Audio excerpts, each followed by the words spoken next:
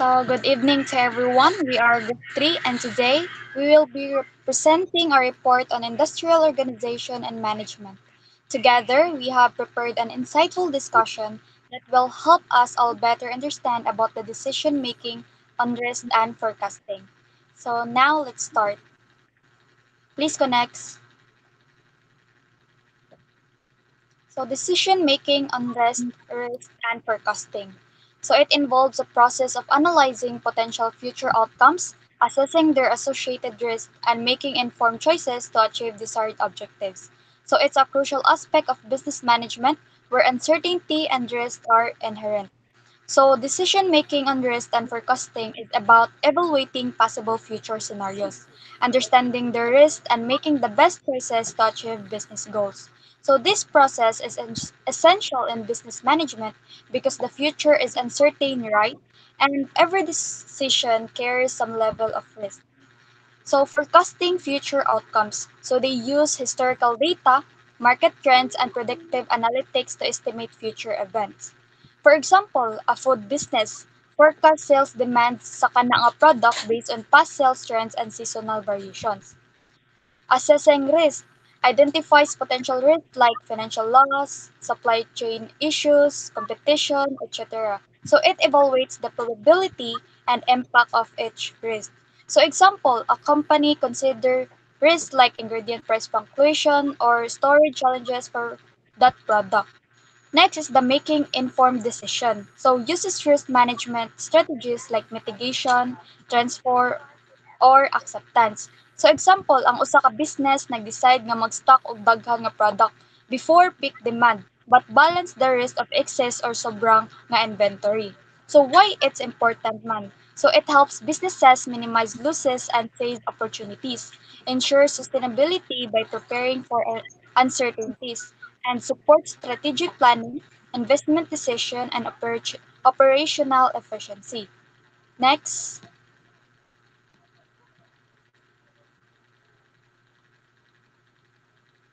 So key components. So these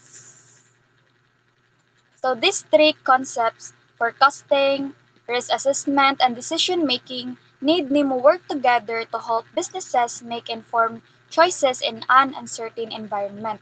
So forecasting, the process of predicting future events or trends based on available data and insights. This helps businesses anticipate market changes, customer demand,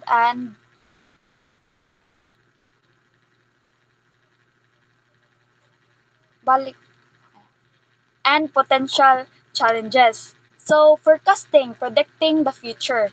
For example, a food a food company na produces og kana nga products and might analyze sa mga past sales, customer preferences, and seasonal demand before to predict na if pila na lang ka units ang ilahang need nga mahimo sa next quarter. So that is forecasting. Next is risk assessment. So identifying and evaluating potential risks that could impact decision outcomes. This includes understanding the probability of each risk occurring and its potential impact on the business. So risk assessment, understanding potential threats. So for example, when launching a new product, risk may include supply chain disruptions like ingredient shortage, competitor pricing strategies, fluctuations in consumer demand. So natay mga strategies kung unsaon pang-handle ang risk. So risk handling strategies like avoid, eliminate the risk. Example, avoid launching during peak competition. Mitigate, transfer, accept, acknowledge, and prepare for the risk. Example, kanang keep extra stock. So, next is the decision making. Choosing the best course of action based on the analysis of forecast and risk assessment. So, this involves considering various options, evaluating their potential benefits and drawbacks, and selecting the most promising path. So, decision making ang pag-take na og action. So, after sa forecasting demand and assessing risk, the company decides to increase production while securing alternative suppliers to minimize disruption. So, that is how they work together. Forecasting predicts future demand and trends. Risk assessment identifies challenges that could affect business goals. Decision making involves choosing the best strategy based on the data. So, next, reporter. All right, good evening everyone. So I'll be tackling about the understanding risk in decision making. So understanding risk in decision making involves evaluating potential uncertainties and their impact on outcomes. It requires identifying risk, assessing their likelihood and consequences, and developing strategies to manage them. So understanding risk and decision making means recognizing that every choice comes with uncertainties that can affect the final outcome. So, to make informed decisions, one must identify the risk. So, this involves spotting potential challenges, threats, or variables that could disrupt plans. Risk Risk can come from various sources such as market fluctuations, operational inefficiencies, or unforeseen external events. Second is assesses likelihood and consequences. So when risks are identified, it's essential to evaluate how probable they are and what impact they might have. High probability, high impact risks require more attention than those with minimal consequences. And the last is the develop risk management strategies. So this step involves creating action plans to either mitigate, so reduce the likelihood or impact, transfer, such as through insurance, or accept if the risk is low and manageable, or avoid by changing the approach. So by systematically analyzing the risk, decision makers can make more calculated choices, balancing potential rewards with possible downsides. So this approach improves preparedness and minimizes unexpected disruptions. Next, Aya, please.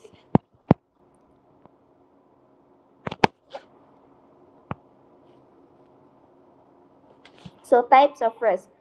Um, one, two, three. So there are five types of risk. The strategic risk, uncertainties that affect long-term goals.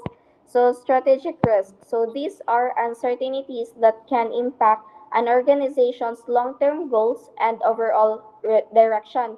So examples include shifts in industry regulations, disruptive technologies, or changes in consumer preferences that might require a business to rethink its strategy. Second is operational risk. So risk related to internal processes, people, or systems. So these risks arise from internal factors such as flawed processes, human errors, equipment failure, or cybersecurity threats. So poor supply chain management or system breakdowns can disrupt daily operations and reduce efficiency. Third is the financial risk. So financial risk associated with economic fluctuations, investments, or budget constraints. External financial risk involves related to cash flow, investments, debt, and economic conditions. So examples include interest rate fluctuations, inflations, or an expected rise in cost that could impact companies' profitability. And then the fourth one is the market risk. So changes in consumer behavior, competition, or industry trends.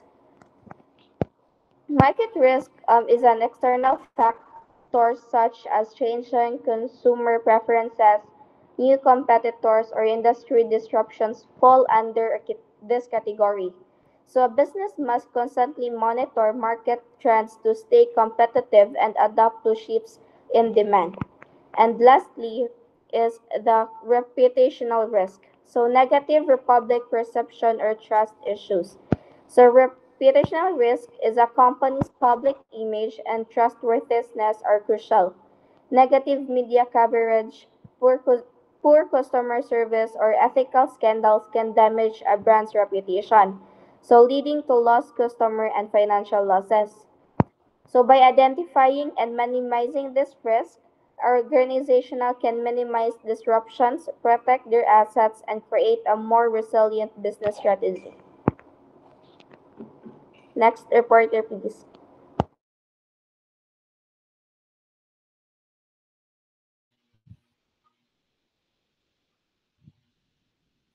Okay, hello everyone. My name is Aljuni Hinabi, and I'm gonna tackle about the steps involved in decision-making process. So decision-making involves a number of steps which need to be taken in a logical manner. Some rules and guidelines as to how decision should be taken made.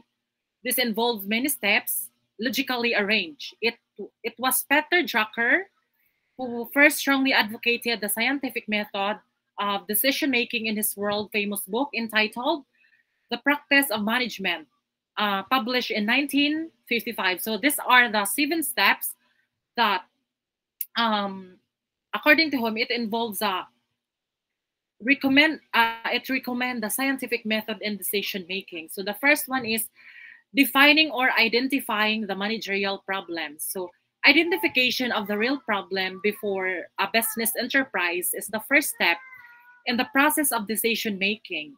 It is rightly said that a problem well defined is a problem half solved.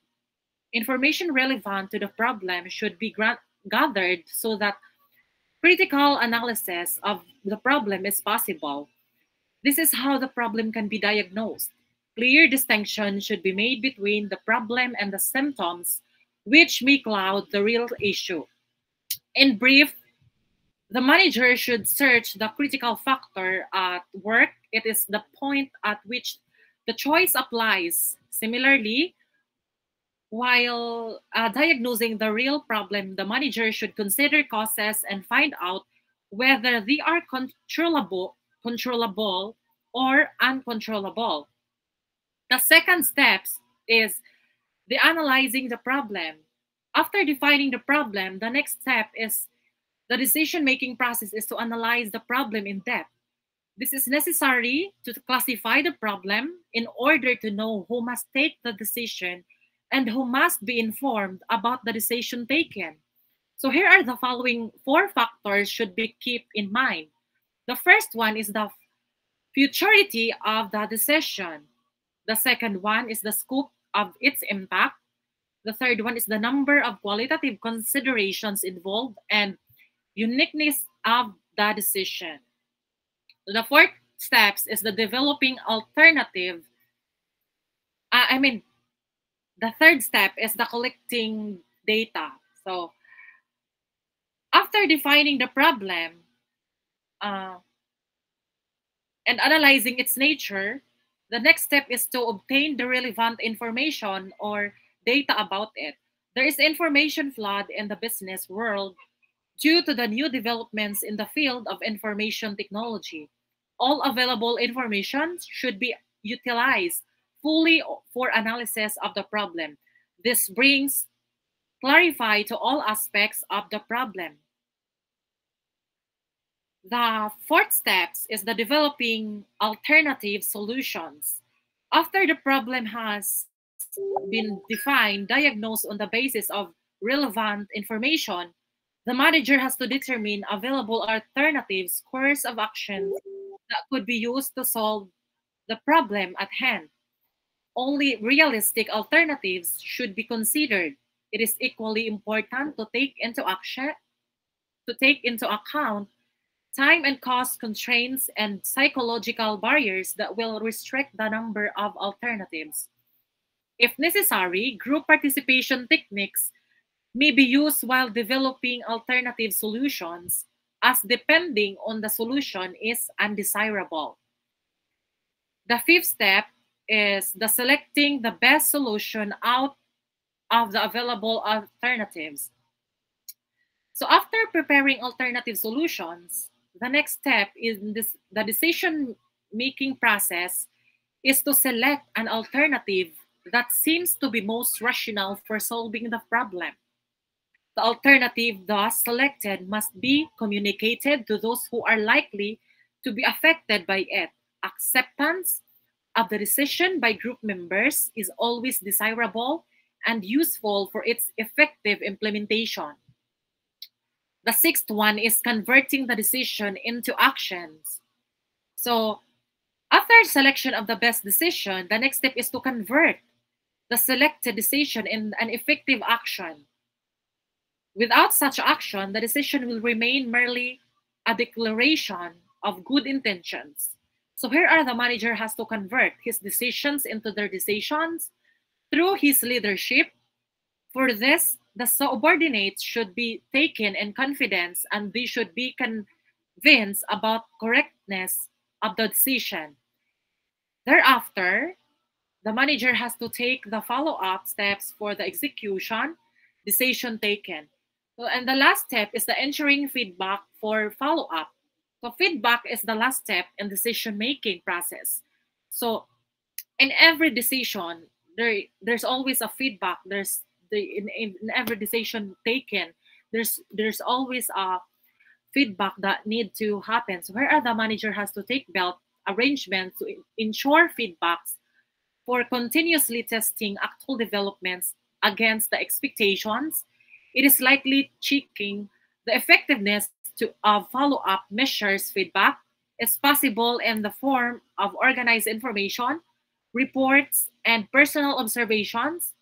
Feedback is necessary to decide whether the decisions already taken should be continued or be modified in the light of changed conditions. So, in every decision, dili lang kay magdali-dali og ka ng um, approve kung okay ba siya. So there's always a feedback that you need to gather so that if it's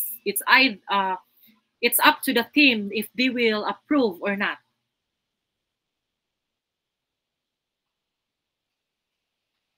So decision making is a vital skill in business workplace, particularly for managers and those in leadership positions.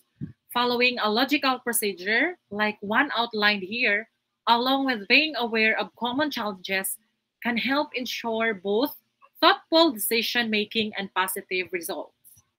So I'll give you the next reporter, Jumaline.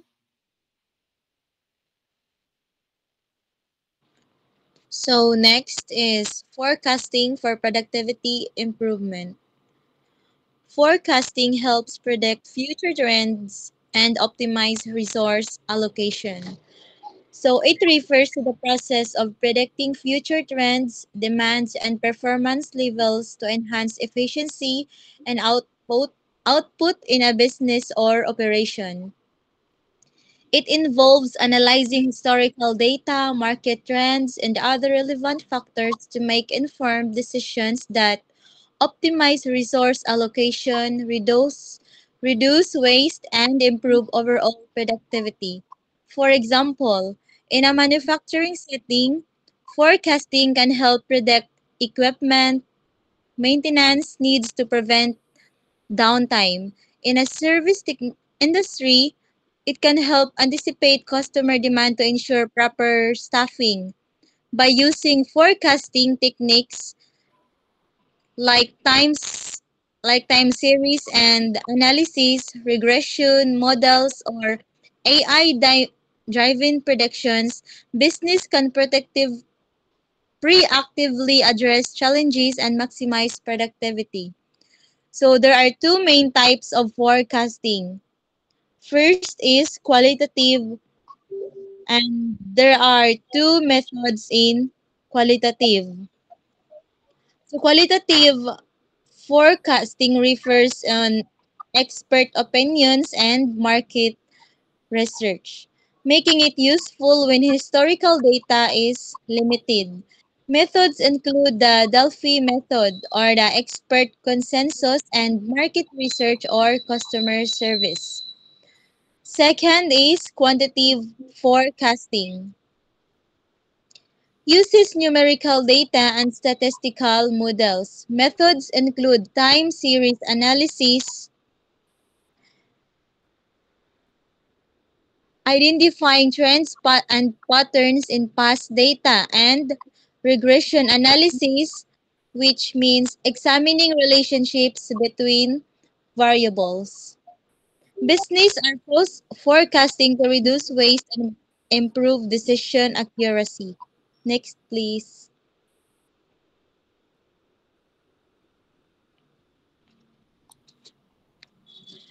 So there are four steps in forecasting. First, developing the basis. This step involves gathering relevant data, identifying key factors affecting productivity, and analyzing past trends. It includes studying market conditions, economic factors, and industry trends to create a solid foundation for forecasting. Example, a retail business analysis past sales data and customer preferences before predicting future demand. Second, estimation of future operations. Based on the collected data, businesses predict future trends using qualitative or quantitative forecasting methods. Various statistical models, expert opinions, and market research techniques are applied in estimate future productivity levels. Example, a manufacturer predicts future production volume based on historical sales and market demand analysis. Third, regulation of forecast. Forecasts are adjusted based on changes in internal and external factors such as economic conditions, competitions, or unexpected disruptions. This step ensures that forecasts remain relevant and accurate over time.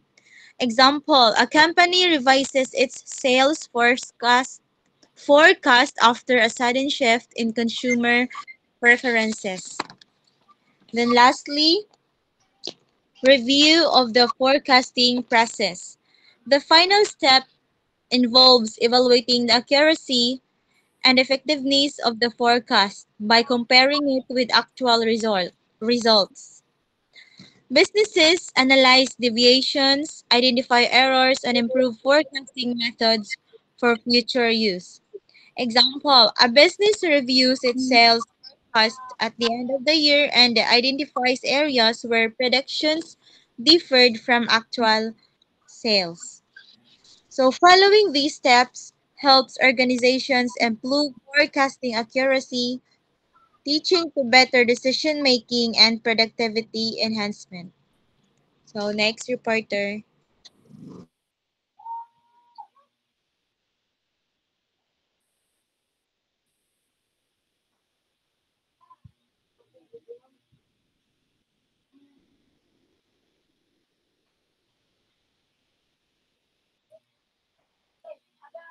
Kinsa next reporter? Nanya.